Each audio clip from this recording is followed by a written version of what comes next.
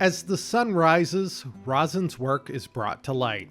Advanced breeding pods, capable of birthing a fully grown beaver into the world, have replaced the more standard breeding pods in Siltforge, and the number of pods has grown.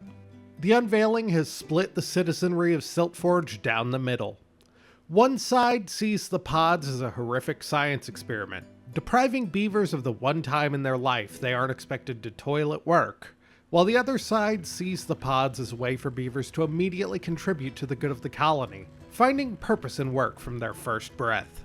Rhazin knows he will lose control if the dissonant voices persist, and he thinks he has the perfect way to silence their doubts, showing how valuable these beavers will be to the colony by expanding their production even more. As always, Rhazin is not without a plethora of ideas of how to make this happen, and has already prepared a plan to dredge up dirt and soil from the opposite side of the river. Lacking infrastructure but close to power, he's hopeful the sheer amount of work will quiet the minds of his detractors. Hello, and welcome back to Siltforge. So the first part of today's episode is going to be entirely about getting over to this part of the map and building a dirt extraction building. They call that an excavator. We got it right here, 2,000 science points, 100 gears, 100 planks, treated planks, and 50 metal. 2,000 science points, we've got all that. It will take more horsepower than we can supply right now, as we currently have just a little over what we have demand. So we will also have to build some more accompanying power infrastructure. And then we will obviously need storage and all that over here to go along with it. But our first task, just going to be getting our beavers over here. Now, we could always build a nice little suspension bridge, bridging the two gaps. And I might do that for aesthetic purposes by the end of the episode, but it is not necessary or really even recommended since we have tubeways. As we saw last episode, beavers can build from within the tubeway, so what I am going to do, I'm going to have to connect up to this tubeway first, drag some platforms over here, and then drag our tubeway along it, and then from here, we will get across the river. So we can just go straight through, as we know it does not block the flow or anything. And then we can just build that there. And we should start to see our beavers building this tubeway at some point. Probably going to build these platforms first. And then all we'll need to do is grab our tubeway station. We should have just enough room to put this over here, which means that we can build a path out so that our beavers can get out. Not 100% sure that's necessary, but it feels like it is. And then start demolishing these trees and clear an area over here. That is our preliminary work for this area.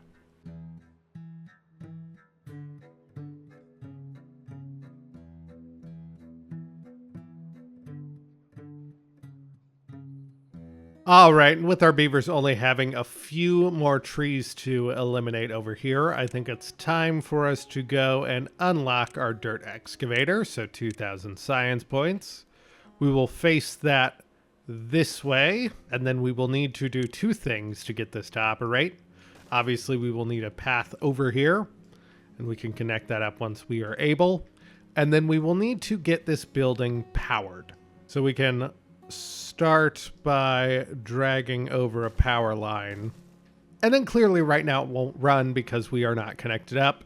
And as I said earlier, the main reason for that is that we need to expand our power over here. So as we know, this works. It is perhaps not great. These are only producing 500 horsepower. And the depth of this water is not super high. We could squeeze more water into a smaller amount of space and save on materials for both water wheels, and really that's it. Now, unfortunately, until we actually connect this up, we do not have the dirt to do this the most efficient way, which would be with dirt. So I'm going to have to start this out with levees. So the plan is that we are just going to here and here We will squeeze all of the water into a, what is that going to be, 4-wide channel. I almost said 2x2. Famously, I cannot do math when I play this game. Famously. But that would have been an embarrassing blunder. We, as always, will move back a few blocks and put our platforms, and then we will build 2 power wheels. They will share power because they are directly adjacent. And then we will need to actually pull power from over. That's a tube-way. That ain't going to transfer power. We'll pull power from over there. Now, they do appear to be prioritizing this, which is fine, ostensibly. Now, some may wonder why, since I have tunnels, I am doing this power line above ground. It's just because this ridge up here is never going to hold anything else. There's not really much of a reason to keep it around if it isn't going to have this power line. I could always get rid of it, but I don't have any plans to put anything over here anyway. So I'm just going to utilize the ridge that is already here for the power line. And our excavator is fully built. Of course, it cannot do anything right now, so we'll get rid of it. And by get rid of it, I do mean turn it off. And we will let them go back to building. And then we will see exactly how much power these water wheels will generate.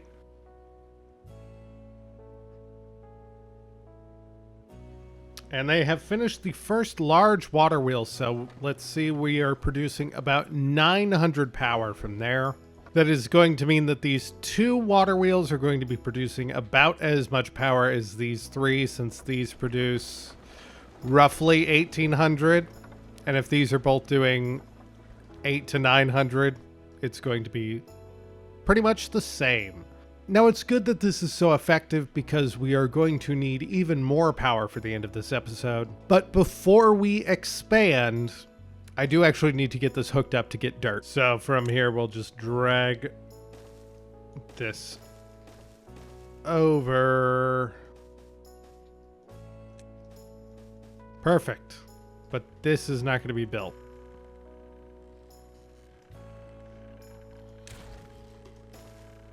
Honestly, having put no thought into that, it worked out much better than I expected. And so now our dirt excavator is running. We will build storage for that dirt. Oh, also, I'm going to actually unpause all of these advanced breeding pods because we just need a population explosion right now. We're going to be adding a lot of jobs this episode. But back to storing dirt. So, large industrial piles are going to be where we put these. We are going to, I guess I'll do 2 right here with dirt. And then I can do another on top of here with the dirt, although I will need to build a second path. And since I have the resources, I guess I'll build a 4th. Dirt is one of those things that you generate way more than you need until you really need it. So I like to store a lot of it. Unfortunately, the Iron Teeth do not have much of a better option for storing the dirt than this, which is kind of unfortunate, but we'll work with what we have. So that is cutting into the dirt. We have a bad tide approaching, which is kind of ironic because it's going to knock out a bunch of our power production. But we may as well, since we've got nothing else to do.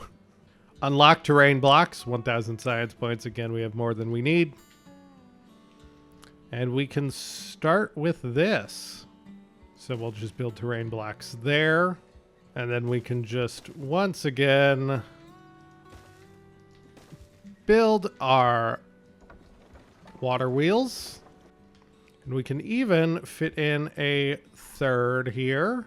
I think, well, I'm hopeful that this will not mess anything up with our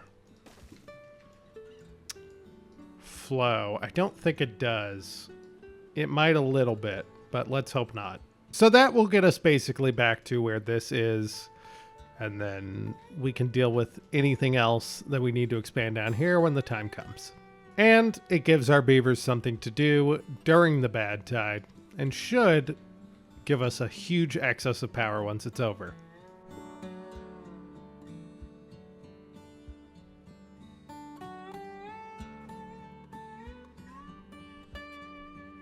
And just as a test of all these new water wheels,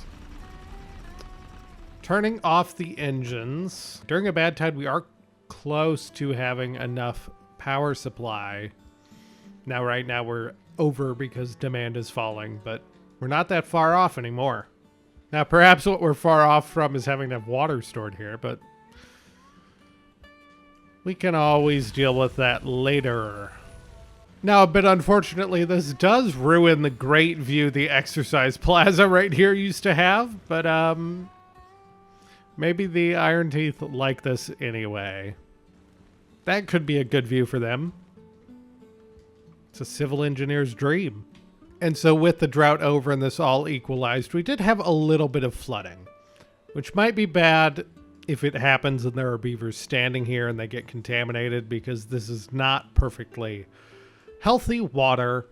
But ultimately, this bit of the map being underwater does not matter for our dirt excavators, so it is not a huge deal for us. So with that, it is time to move on to the second part of the episode. The quarry is up and running, but Sinsel informs Rhazin that public polling indicates the increase in production is unlikely to permanently sway the minds of Siltforge citizens without an accompanying boost to their welfare. As always, Rhazin is reluctant to add any additional activities that could distract his citizens during working hours. But just as quickly as the dilemma reared its head, a solution presents itself.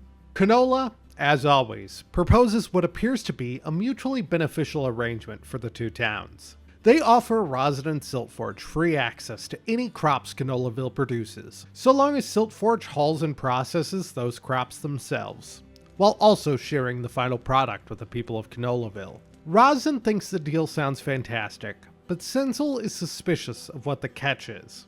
Canola sheepishly admits that Canolaville's tiny operation cannot support the influx of non-citizen beavers needed for this task, and the deal comes with an obligation for Siltforge to support the infrastructure expansions of the neighboring city. Still, the deal isn't really something that Rhazin is in a position to refuse, and so he, rather reluctantly, accepts. So it is time for part 2 of this farm expansion. Now, I've already done a couple things as I was waiting on the quarry to finish, like putting down this gatherer flag, because we actually do need that to harvest coffee beans. I'm also going to open up a few of these farms. But the first thing I want to do on camera, I do want to expand our storage. So we built a bunch of extra farmland and then nowhere to put all of the extra crops. So over here we have 1 corn, 1 soybean, and 1 canola seed storage. So we will just expand this. Now, I know I say this basically every time I do something in this series. But as usual, especially with the Canolaville part of the colony, this is not permanent. It literally will be changed next episode, but we just need an interim staging ground for all of these different plants. Because right now, they're not going to keep harvesting eggplant and that kind of thing because it's got nowhere to go. So there's no reason to have all this. So we have enough storage over here. We've got a ton of things growing, many of which still need to be harvested because we're not doing anything with them, but we do have a lot more beavers to harvest with. And so that is where I'm going to leave Canolaville for this episode, as we are going to come over here to our industrial area and we are going to give them something to do with all of these crops. So we technically already have an oil press over here that is making canola oil. I'm just going to give us another one Because many of the things that we make today are going to use canola oil as one of their main ingredients. So it is going to be important that we have enough of it. And we'll get power sorted over here in just a second once we build a little more. So, as we know, we are currently making corn, so we're using the corn that we're growing. We can eat kohlrabi straight. We don't need anything extra to eat kohlrabi. And canola oil is just kind of a middle production, an ingredient that is used to make other food. So otherwise we need to find something to do with eggplants, we need to find something to do with soybeans, and we need to find something to do with cassava to make them into edible goods, I guess. The first thing I'm going to do, I'm going to drag a little bit of power out of these things. And then I'm going to come down here to food. And because it is going to take up the most space, the first thing we're going to build is going to be a food factory. This will make our eggplant rations. And then that will start producing our eggplant. That's going to take canola oil, eggplant, and log to produce eggplant rations. And then we will need to tunnel under here to get our power underneath our path here. On the opposite side, I will build us another food factory that is also producing eggplants. Because eggplant rations, as we see, it takes canola oil and eggplants, but then it produces a ton of eggplant rations. And actually, I should show it here. It's 1 eggplant, 1 canola oil to 6 eggplant rations. So it's a better return on investment than our corn, but does take canola oil, but also will increase our beavers' well-being. And then our remaining task is going to really just be to fit as many fermenters in here as I can.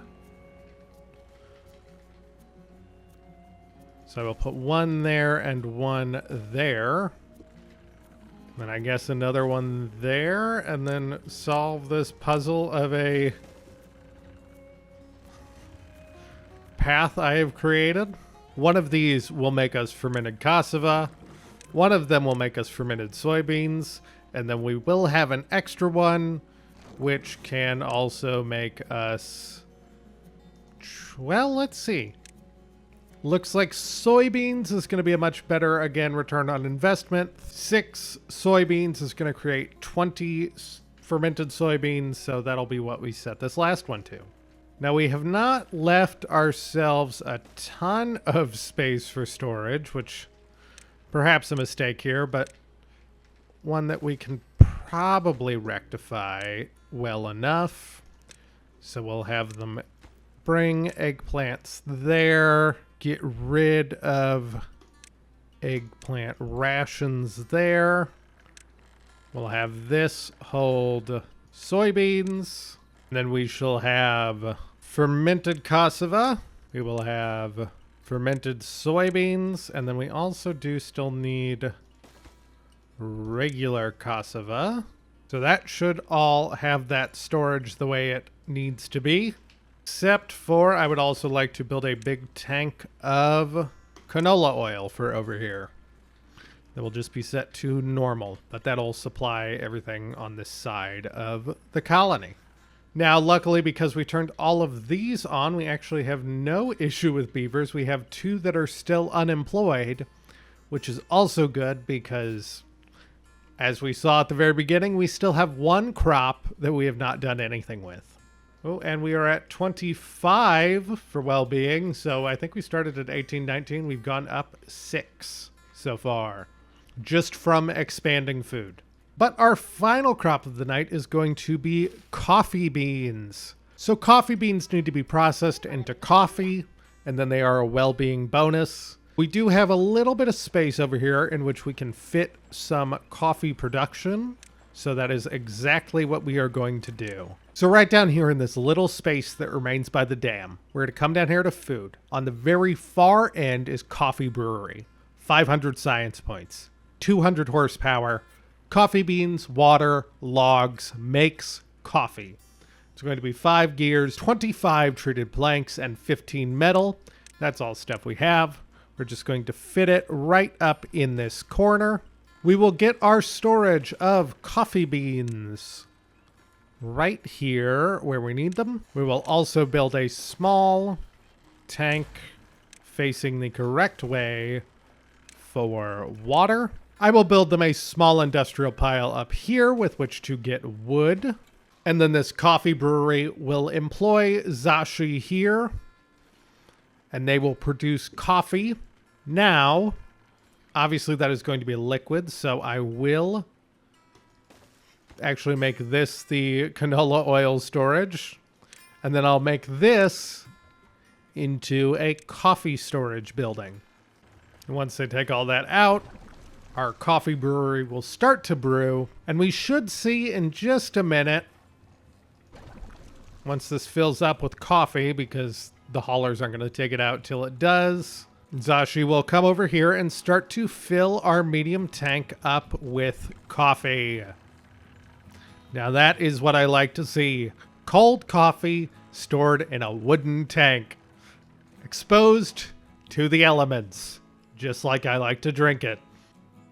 And then from this point, I'm going to, number one, pause a few of these because our population is growing out of control again. But from here, there's really one thing left to do, and that's going to be adding more storage for all of this new stuff that we have being created but not put anywhere. So we now have a growing supply of coffee. We have a growing supply of fermented soybeans and fermented cassava. We have a growing supply of eggplant rations and also a growing supply of canola oil.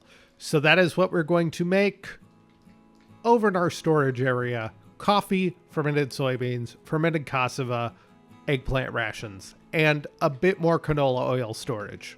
Now for canola oil and coffee, I'm going to go ahead and build us some large tanks for storing that. I will do that right here at the back, just because we'll want those eventually, and we may as well. We're not really hurting for materials at this point. And then for the rest of these things we need to store, I'm actually going to not build a bunch of medium warehouses. I'm going to unlock a large warehouse, and I'm going to make this store corn rations. And then I'm going to make another one, and I'm going to make that store corn. Because if you were to look at a lot of what we are storing over here, it is corn and corn rations. So with that built, I can go ahead and make this eggplant rations. I could make this fermented cassava.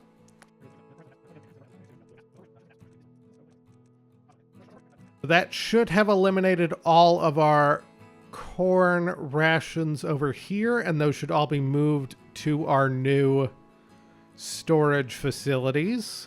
And for the record, how I'm doing that is if you hold down tab, it'll show you the overview of all of your storage, and then if you click on it, you can actually just change it without having to click down into everything and do it that way.